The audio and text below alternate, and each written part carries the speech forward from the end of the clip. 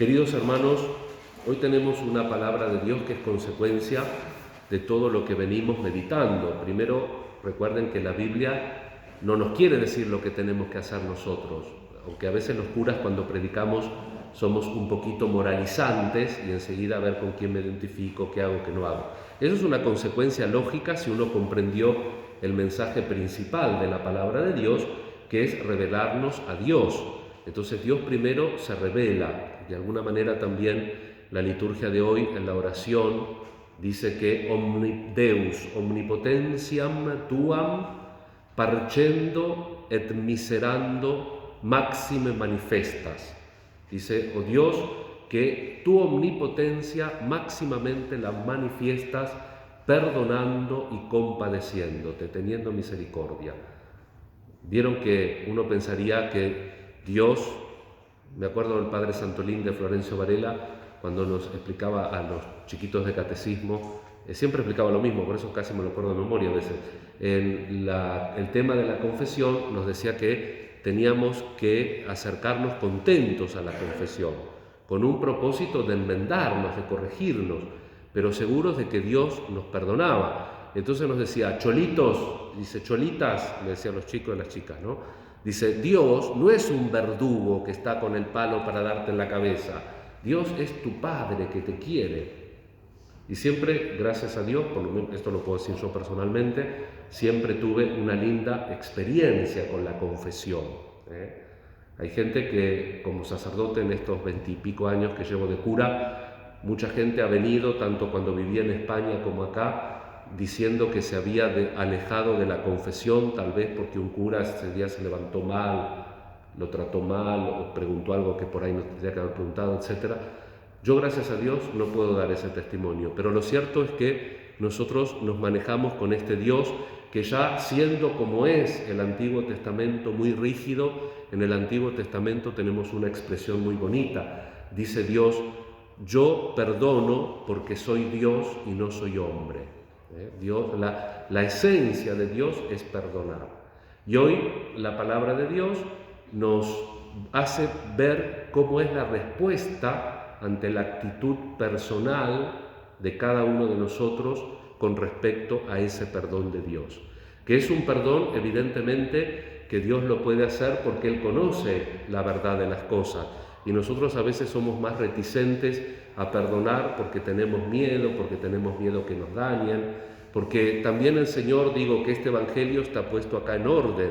Hemos visto que tenemos que amar al enemigo, hemos visto que tenemos que perdonar 70 veces 7 y hemos visto que estamos mandados a trabajar en la viña y a cualquier hora de la viña que lleguemos somos bien recibidos y tenemos el mismo premio que es trabajar en la viña y que es la relación con Dios. Entonces el cristiano también tiene que estar preparado para hacer una mirada crítica de nuestra propia vida.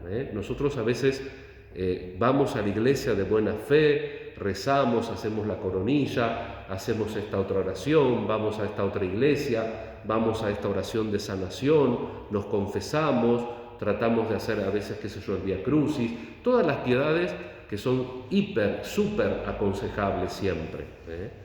Pero ¿cómo estamos en el día a día con el Señor en eso que solamente Él puede ver?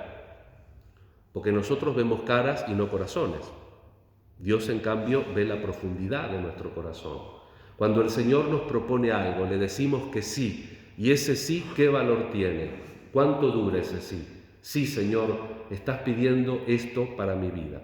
Pero bueno, la palabra de Dios nos quiere hacer pensar en otra cosita antes, en el tema del perdón que Dios ofrece. El perdón que Dios ofrece es un perdón que mira al futuro. Cuando Jesús perdona, no empieza a rascar el pasado. La pecadora pública, es muy fuerte lo que le dice hoy Jesús a los escribas y a los fariseos, porque esta clase era la que de alguna manera dominaba la religiosidad y estaban luego los publicanos, los pecadores. Es todo, digamos así, como una subclase social, publicanos, pecadoras, prostitutas. Es decir, el pecador público era como una clase social Los fariseos, por ejemplo, tenían prohibido hablar con los publicanos, con las prostitutas, con los ignorantes. Las personas ignorantes ya no podían hablar con los publicanos y los fariseos. Entonces, de alguna manera, el pecador público estaba condenado en la época de Jesús a ser pecador siempre. Porque pongamos por caso, por ejemplo, una prostituta se podía purificar según la ley de Moisés, sí que se podía purificar, pero habitualmente eran ignorantes, entonces no estaban instruidas, no lo sabían. Los que se lo podían enseñar no podían hablar con ellos porque eran impuros. Y si ellos de alguna manera se podían enterar cómo era el procedimiento para hacer esa purificación, tendrían que gastar un cierto dinero para ir al templo, para cumplir las abluciones que tenían que hacer, estar en un lugar retirado donde alguien les llevara la comida, donde les diera la ropa limpia que se tenían que poner para hacer esa cantidad de purificaciones que tenían que hacer. Tenían que tener el dinero para comprar, según la clase social, los distintos sacrificios que podían ofrecer en el templo, y como si esto fuera poco, ¿saben qué? El dinero que ellas podían tener no lo podían usar, porque el dinero de la prostitución no lo podían usar para la fe, para el templo. O sea que, digamos, el sistema condenaba a que esa gente sea para siempre pecadora, en un sentido amplio, que sean pobres y segregados. ¿Por qué amplio? Porque los publicanos no eran pobres, pero eran pecadores y de alguna manera estaban excluidos de la vida societaria, de los banquetes, de las reuniones en la plaza, de todas esas cosas. Los publicanos estaban excluidos. Y Jesús, hablando de la obediencia, de si uno realmente escucha a Dios o no, a estos que se ponían como los maestros, y como Jesús les dice en otra ocasión, ustedes no llegan ni dejan llegar a Dios. Y entonces les dice esta pequeña parábola, a ver qué grado de obediencia. ¿Quién es más obediente? ¿El que en principio dice no, pero después va porque recapacita? ¿O el que aparatosamente dice que sí para quedar bien, y ese es un sí vacío para conformar a todos, pero que en realidad no hace nada y no conforma a nadie? El Señor mira el corazón, hermanos, y Jesús se los dice directamente. Les aseguro que los publicanos y las prostitutas llegan antes que ustedes al reino de los cielos, al reino de Dios. No porque son prostitutas y publicanos, sino porque dice, vino Juan y a ustedes no se les movió un pelo. Vino Juan y ellos se fueron a hacer bautizar porque era una cosa accesible. Juan los llevaba al desierto, les hacía una purificación penitencial en el desierto y después les echaba como signo de penitencia el agua en la cabeza como deseo de una vida nueva. Es decir, no es que los pecadores no se quieren convertir, es que también nosotros tenemos que dar el ámbito natural para que el pecador se convierta, porque la gracia de Dios no es una gracia en oferta para que la dilapidemos. Deme 4, perdón, sí, ¿cuánto tiene perdón? Sí, deme 5. No, el perdón lo tengo que asumir, lo tengo que vivir, me tengo que sentir perdonado. En un sentido real, no en un sentido formal, porque el problema de Lutero tenía conciencia, por ejemplo, pero esa conciencia lo hizo que haga rancho aparte, porque no entendía. Él tendría que haber quedado en casa y tratar de achicar la diferencia que hay entre el deseo de servir a Dios y la posibilidad real de servirlo. Y entonces Lutero se desesperaba y tenía miedo del pecado, y entonces hizo una religión a su medida. Él no quería ser perdonado, quería sentirse perdonado. Acá pasa al revés con Jesús.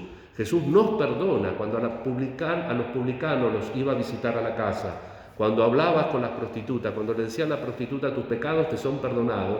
Esos pecados, desde el punto de vista de la culpa, ya no estaban más delante de Jesús. Jesús no veía a una mujer con pecado, Jesús veía a una hija de Dios. Y después estaba la responsabilidad de ese que había recibido tanto perdón y amor de Jesús, de responder con lo mismo, como la mujer que le va a lavar los pies con las lágrimas y los seca con los cabellos y le unge los pies con perfume. Dejala, le dice a Simón el leproso, porque ella se le perdonó mucho y por eso ama mucho. Al que se le perdona poco, ama poco. El Señor nos quiere que nos tomemos en serio el perdón. y que reflexionemos, hermanos, que el sí sea sí y que el no sea no. Y a veces tomemos tiempo y hagamos silencio, porque Jesús no pide que le demos una respuesta inmediata y de conveniencia, sino Jesús quiere que le demos una respuesta existencial. Lo que el Padre se fija es si yo voy a la viña o no, a la hora que me llame. Puedo haber estado desde el comienzo del trabajo o puedo haber sido llamado una hora antes, decíamos el domingo pasado. En la carta, y con esto termino, de San Pablo a los cristianos de Filipos, recuerdan que yo les decía que es una carta gozosa, que Pablo está también para mí, que en aquel momento la gente vivía menos, dice que a los 50 años todavía se sentía joven, tendría 48, 50 años Pablo, y estaba preso, pero todavía sentía que tenía fuerza, y es una carta que aún estando preso manifiesta una alegría, esperanza, y los invita en nombre de Cristo a estos parroquianos suyos de Filipo, dice: si algún valor tiene mi palabra, si algo vale el consuelo que brota del amor y de la comunión en el Espíritu, les ruego que hagan perfecta mi alegría. Estoy contento, pero háganla perfecta. ¿Cómo? Permaneciendo bien unidos. Tengan un mismo amor, un mismo corazón, un mismo pensamiento. No hagan nada por interés ni por vanidad. Que la humildad los lleve a estimar a los otros como superiores a ustedes mismos. Que cada uno busque no solamente su propio interés, sino también el de los demás. Y Pablo es serio. Hay dos matices griegos, que yo siempre me propongo no decir estas cosas porque a veces uno parece vanidoso, pero termino diciéndolo. Hay dos matices griegos. El tema del perdón, cuando Jesús, los evangelistas dicen cómo perdona en griego, Jesús dice desatar. El perdón de Dios me desata. Cuando Dios me perdona, me desata. Entonces, ¿qué quiere? Que yo sea libre, que yo le diga un sí libre, que yo tome mi tiempo, que aprenda de mis errores y que libremente lo siga. Ese es el perdón que ofrece. No ofrece un perdón mecánico, supersticioso. Dios me desata, me libera. Y cuando aquí Pablo habla de estas actitudes, de no hacer nada por interés, de no ser pendenciero, de considerar al otro superior, utiliza una construcción que es racional, es decir, en la medida de sus posibilidades. Sean un poquito esto.